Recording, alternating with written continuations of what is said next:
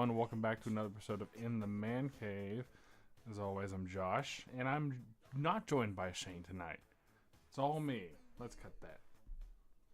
Tonight's episode, in case you couldn't tell by that intro, it's Ghosts Part 2. Do you believe in Ghosts Part 2? I want to kind of make up for the first one we came out with because, I did get some positive feedback on that episode, but the audio sounded like shit, and I was so excited about that one because, it was my own experiences. So anyway, I took it upon myself to interview a couple different people, and we'll just go and start with them right now. The first one is my cousin Heather. So, here we go. Go right on ahead. Okay, when my older sister passed away, I was in charge of cleaning out her house and getting it all ready for auction. While I was going through the whole house, I felt horrible all day. I left the kitchen for last because usually that's the place where most stuff is in the kitchen. And I was finally cleaning out the bottom drawers of her cabinet, and I was feeling miserable, just totally, my stomach hurt, my head hurt, everything. And as soon as I found my niece's baby bracelet from the hospital when she was born, my headache went away. It was like my sister was telling me to find that baby bracelet so that way we would have it. And it's really funny now. I don't know where it's at. Really? Actually, I really don't know where it's at. I think it's in her funeral box. We would have to look. Because I know Mom and Dad, well, at least Dad, in the barn at Dad's house, there's a box with a bunch of Christy's stuff in there, like the pregnancy test that was positive for Gabby and stuff like that. There's stuff like that in there, and it may be in there. Really? It might be, yeah. I didn't know that your dad had the box of stuff. Yeah, it's in the top of the barn. Wasn't there, at least it used to be, you guys may have gotten it, but anyway, wasn't there also, when you guys were cleaning the house, a couple days after she died, maybe it was even that same day, it was whenever you guys took that mattress over to Aunt Heather's, Aunt Terry's house and stuff like that, wasn't there, a bat in Michael's room, and then, no one had moved it, and it was in Christy and Harry's room? Yeah, I think so. Yeah, it was something like that. Because there was, a lot of weird shit that happened around then. You know what? There's a lot, ever since Dad passed away, there's been weird stuff going on here. If you're willing to share that information, you go ahead. Well, there's been lights that go on and off that we know we turned off, and then we find them later turned on. The TV has popped on at times where it shouldn't pop on, turn on, and then there's things falling that shouldn't fall because they've been there forever, so that it's just little weird things that happen that really freak you out. Yeah, well, also Carson, that's their dog. Carson, wasn't he sit next to his urn and whine and shit like that? Yeah. Carson tries to play with my dad's urn so that way I swear he feels him there because we have his urn in his spot where he sat. So he thinks that Dad is still there. Oh, I'm sure he wants to play with him. Yeah, I'm sure he picks up on some kind of energy. Is that all you have regarding ghosts? That I can think of at the top of my head. Okay, well, that'll do it for that one then. Yeah, so that was an interesting story. I remember when that happened, she was pretty freaked out. She seemed kind of, cavalier when she was talking about it, but when it happened, she was terrified. As, any other person would be. So the second one, you all, I'm sure, remember Mr. Colton. I mean, we talk about him enough whenever he's not on the show. But his lovely girlfriend, Amber, she has some stories of her own. So let's check those out. All right, well, go ahead. Okay. Well, I personally have never experienced anything that kind of makes me upset. I've always wanted to. I guess it's just, I don't know, it's in your mind, I guess, so people are more susceptible to seeing things. But we'll start with my parents. Both of them have both experienced ghosts in their childhood. My dad, his family lived in a house in Indianapolis on Drexel Lane, There were so many ghosts in that place, they said. My coolest, like, the favorite story is in their hallway. It's a one-story house, and they would go in the hallway, and you laid down and closed your eyes and waited. And you waited a couple minutes. You open your eyes, and you'd really be levitating, like floating midair. And that's like my favorite story. I'm like, wow, like that is insane. Yeah. My grandma would see plenty of ghosts there in that house. They'd walk through the walls. They were like the people in the top hats and their eyeglasses, monocles, I think those are called. Yeah. They would walk through. That house was actually on back way before it was a slave plantation. So they think that was the cause of all the stuff they saw. You don't know what happened, who died there, was that going on. So I think the ghosts they saw, I think, were actually slave owners. So that's a creepy house. I wouldn't want to live in that house. And my mom, she actually saw her grandmother the night she passed away. She was at the foot of her bed.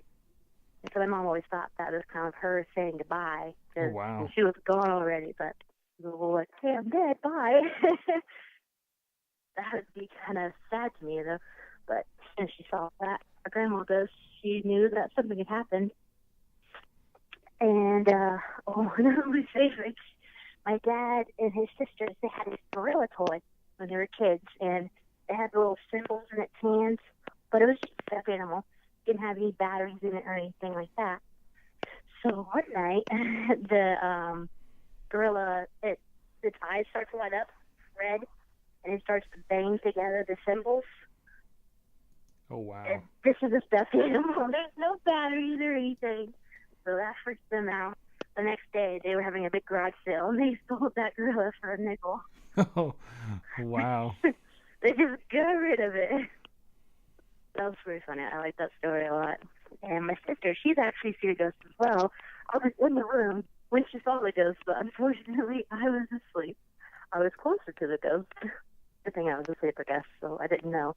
But we had an upstairs, this house, my whole family said they always felt something weird in it. I didn't, so I guess the ghost didn't like me. But she woke up one night, and we had a window in the back of our room, and right in front of the window, she saw a ghost of this, like, really tall, slender man. He had the top hat on and the little one eyeglass, and he does a 360 turn of his head and looks right at her. And she just pulled the covers up for her head and just closed her eyes. And she woke up the next morning. She was all good. The ghost didn't take her.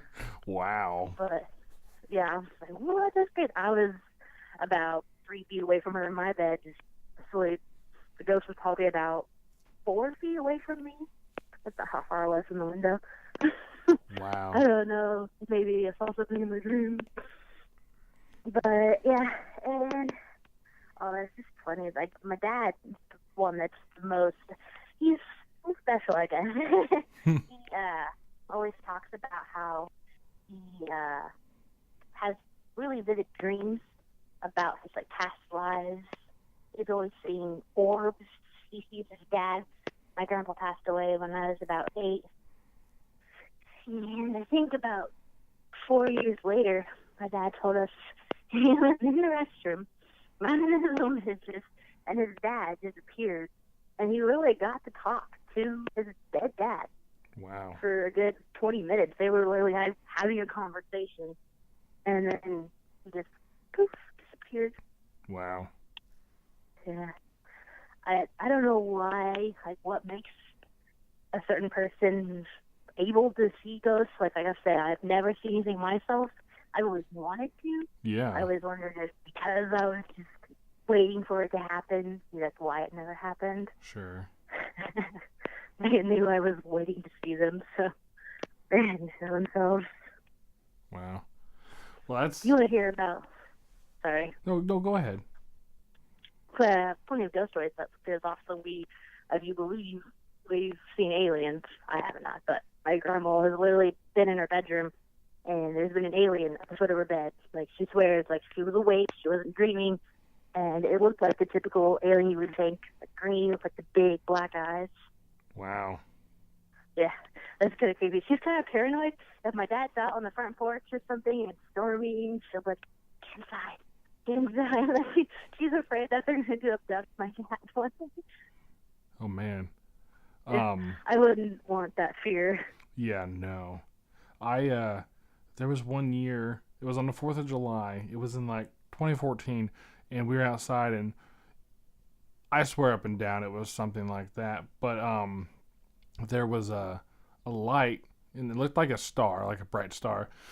And then it started like moving, but like it wasn't moving like a normal plane cuz like it was moving normal and then it just like kind of like dipped down and like it was like too fast to be a plane. Like it was like just like and like it like moved around and it was way too fast to be a plane and then it was just gone and Yeah. that terrified me. I was like, what the hell is this? My dad, who doesn't believe in this kind of stuff, saw it too and he's like, well, that was kind of weird. So it wasn't just me and I wasn't imagining it. That's the only experience I have with that, but that was interesting. My neighbor swears that he saw it too, but he swears up and down it was just like sparks from our, because we had a fire and we were throwing fireworks in it because it's fun living out in the country where you can do that kind of stuff. And he just says it was like sparks coming from fireworks in the fire, but I don't think it was. Yeah, it's hard sometimes people to believe you. And I feel like until they actually see it, like there's always going to be people that deny it. People that are like, yeah, true. Like I believe it, even though I've never seen it. I believe them. Like they're like literally saw something. Like, well, who am I to be like, no, you didn't do anything. Like you're crazy. Right. My dad's seen that same thing you described. A light that was too irregular for a plane is fast and then just disappears. Yeah, and it's just it's just very strange. Well, thank you so much for sharing that. I'm sure our listeners and I'm sure you will enjoy hearing you tell a story. So that's going to do it for this episode. Make sure you guys listen next week for some really good ones. We've got talking about some more scary stories. We've got some the Great Emu War of 1932. You don't want to miss that one. Follow us on Twitter. We're in the Man Cave Pod. Find us on and like us on Facebook. We're at In the Man Cave Pod there too. Leave us a 5-star review on iTunes. It really helps us get out there. And that's all I have to say. So on behalf of Shane and myself, thanks so much. See you next week.